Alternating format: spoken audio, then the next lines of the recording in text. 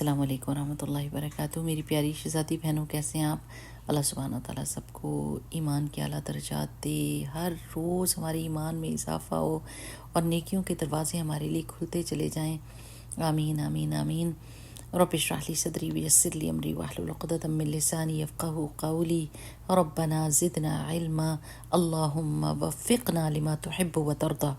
اب آپ نے یہ دعا سیکھنی ہے، اللہم وفقنا لما تحب وترضی، کہ اللہ تعالیٰ ہمیں توفیق دے کہ ہم ہر وہ کام کریں جس سے آپ محبت کرتے ہیں اور جس سے آپ راضی ہوتے ہیں۔ تو پھر ہم کو وہ توفیق مل جائے گی۔ اب اپنے دماغ میں سوچ لیں کہ کون کون سے کام اللہ سبحانہ تعالیٰ کو اچھے لگتے ہیں، اور اگر آپ کی سوچ میں بھی نہیں آتے تو اللہ سبحانہ تعالیٰ کو پتہ ہے کہ کون سے کام اللہ سبحانہ تعالیٰ کو اچھے لگتے ہیں، ان کی توفیق اللہ تعالیٰ ہمیں دے دے گا۔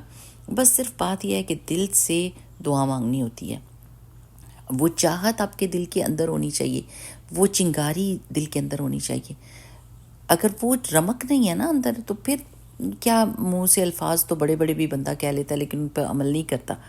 لیکن جب آپ کے دل کے اندر یہ تڑپ ہوگی نا کہ اللہ میں نے بھی اچھے اچھے کام کرنے ہیں، لوگ اتنی، وہی زندگی ہوتی ہے، وہی دن کے 24 گھنٹے ہوتے ہیں، لیکن لوگ بڑے بڑے کام کر جاتے ہیں اور میں صرف کھانا پکا کے تو گھر میں بیٹھی رہتی ہوں، تو کیا ڈفرینس ہے، کیسے وہ لوگ کام کر لیتے ہیں؟ تو جب آپ دعائیں مانگیں گی نا، دعا پہلی سیڑھی ہوتی ہے نیکی کے کاموں کے دروازوں کے کھلنے کی، تو آپ نے اللہ تعالیٰ سے دعا مانگ لینی ہے کہ اللہ تعالیٰ مجھے بھی توفیق دے، میری زندگی میں برکت ڈال، میری سوچ میں برکت ڈال۔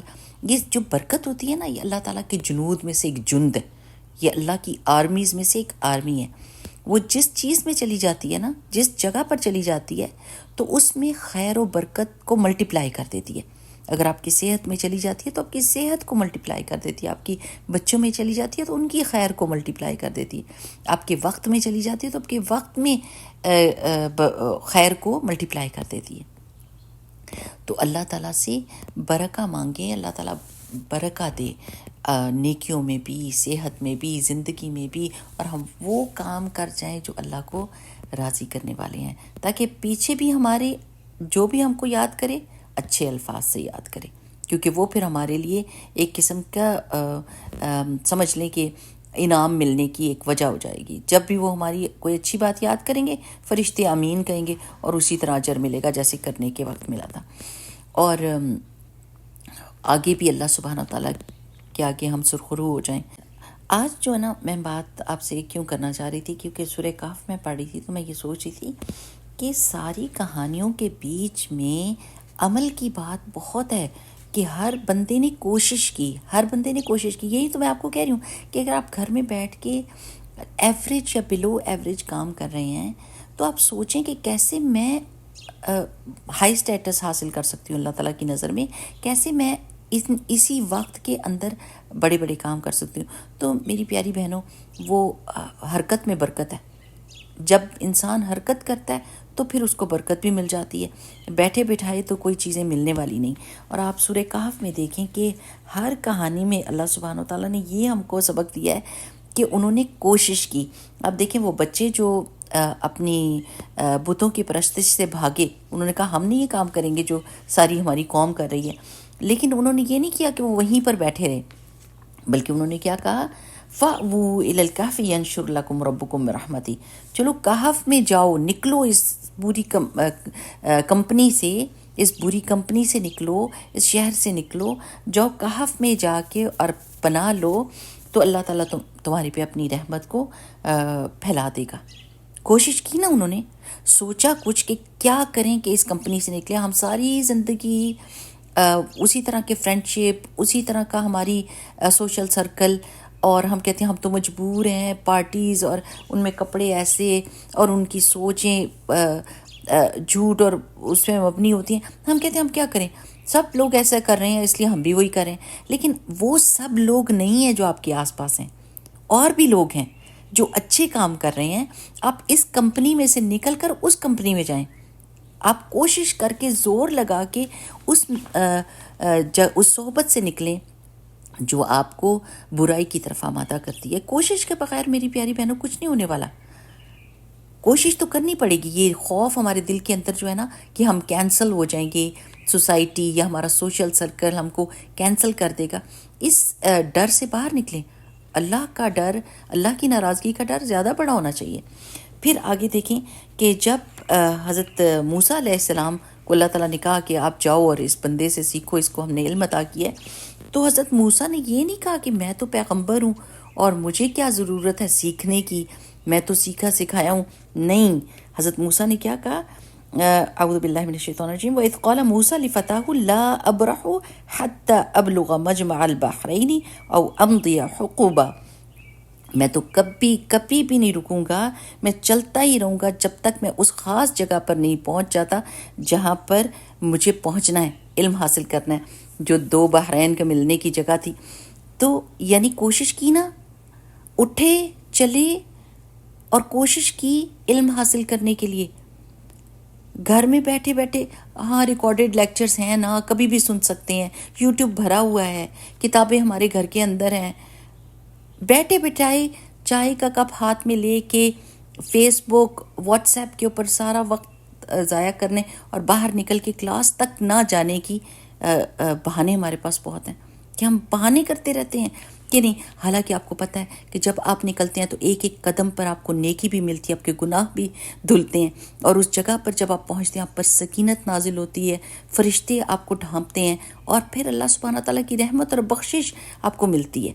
کتنی ہمارے گناہ ہیں جو ویسے ہم نہیں بخشوا سکتے، لیکن ایسی محفلوں میں جب بیٹھتے ہیں تو بخشش ہو جاتی ہے، اور پھر بخشش کے بعد جب گند دھلتا ہے تو پھر تو صفائی آتی ہے نا، پھر اللہ تعالیٰ کی رحمتیں آئیں گی جب ہم اللہ کی راہ میں کوشش کریں گے۔ لیکن کوشش کے بغیر گھر میں بیٹھے بٹھائی یہ کام نہیں ہونے والے۔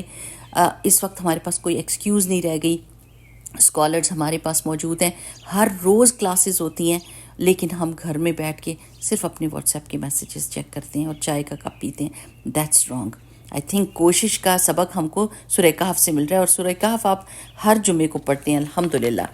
پھر اس کے آگے دیکھیں کہ بادشاہ تھا نا ذوالقرنین، صالح بادشاہ تھا، اور وہ اس کے پاس کتنی دولت ہوگی، بہت ساری، اور وہ بیٹھ جاتا اپنے تخت پر اور بس ختم کہانی، اور اپنی حکومت کرتا اور لوگوں کو نوازتا اور کسی کو سزا دیتا؟ نہیں۔ لیکن کیا ہوا، جب اللہ تعالیٰ نے اس کو سبب فراہم کیے تو اس نے اپنی خیر کو بانٹا۔ فَأَتْبَعَ سَبَبًا، اس نے اپنے سبب کو فالو کیا، اس نے ان چیزوں کو یوز کیا، ان ریسورسز کو، اور ہر قوم کے پاس، جس قوم کے پاس جا رہا ہے اس کو دے رہا ہے، اس سے چھین نہیں رہا چیزیں، اس کو دے رہا ہے خیر کو بانٹنے کے لیے۔ اگر آپ کے پاس بہت ساری دولت ہے نا میری پیاری بہنوں، اور آپ اپنے گھر میں بیٹھے ہوئے ہیں اور آپ کو کوئی پتہ نہیں کہ نیکی کس طرح پھیلائی جا سکتی ہے، کس کس کو پیسے کی ضرورت ہے، کس کس کو مدد کی ضرورت ہے، تو آپ کا پیسہ بیکار ہے۔ وہ ایسے سانپ بن کر پیسے کے اوپر نہیں بیٹھنا ہوتا، بلکہ اس کو بانٹنا ہوتا ہے، اس کو دینا ہوتا ہے۔ اللہ تعالیٰ آپ کے پیسے کو ملٹی پلائی کر دے گا، لیکن وہ آپ کو مواقع کیسے پتہ چلیں گے؟ جب آپ گھر میں بیٹھے رہیں گے تو آپ کو تو وہ مواقع نہیں پتہ چلیں گے نا، کون ضرورت مند ہے، کس کی زندگی بہت مشکلوں میں ہے، اور میری تھوڑے سے پیسے سے اس کی پوری زندگی بن سکتی ہے۔ There are so many people, آپ کو پتہ ہے کہ پاکستان میں اتنے سارے لوگ ہیں جو بھٹوں کے اوپر قرض اور پھر اس کے اوپر سود چڑھتا رہتا ہے، اور پھر کیا ہوتا ہے کہ وہ اور ان کی نسلیں اس سود سے نہیں نکل سکتی۔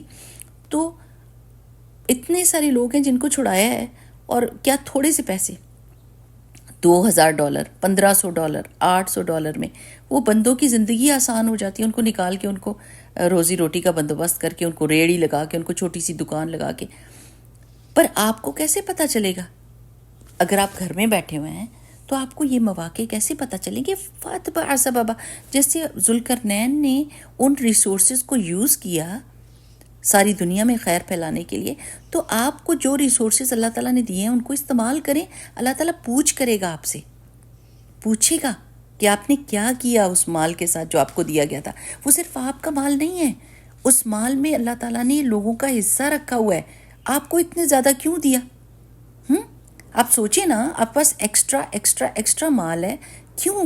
جبکہ آپ کی ضرورت، آپ ایک وقت میں تھوڑی سی روٹی کھا سکتے ہیں جو آپ کا پیٹ سہ سکتا ہے، آپ ایک ہی بستر پہ سو سکتے ہیں، آپ ایک ہی گھر میں رہ سکتے ہیں، لیکن اتنا مال ہے آپ کے پاس، کیوں؟ کس چیز کے لیے؟ کیا مقصد ہے؟ لوگوں میں بانٹنے کے لیے، تاکہ اللہ تعالیٰ دیکھے کہ آپ نے جس طرح اللہ نے آپ کو دیا آپ بھی آگے دے رہے ہیں کہ نہیں. ٹھیک ہے نا میری پیاری بہنوں. تو سورہ کہف سے یہ ایک بہت بڑا سبق ملتا ہے کہ کوشش لازم ہے انسان کے اوپر، اور کبھی بھی اپنے ہاتھ پیر توڑ کے نہیں بندہ بیٹھ سکتا کہ میں تو کچھ بھی نہیں کر سکتی، میرے پاس یہ چیز نہیں، وہ چیز. ایک چیز نہیں ہوگی تو دوسری چیز ہوگی. اگر آپ کے پاس دولت نہیں ہے تو آپ کے پاس علم ہوگا، علم نہیں ہے تو آپ کے پاس برائی سے بچنے کی طاقت ضرور ہوگی. کچھ نہ کچھ تو کریں نا. تو اللہ سبحانہ وتعالیٰ ہم سب کو اس کوشش میں لگائے رہے، کیونکہ اللہ تعالیٰ نے ہماری کوشش ہی دیکھنی ہے، کوشش ہی دیکھنی ہے، نتیجہ تو اس کے ہاتھ میں ہے.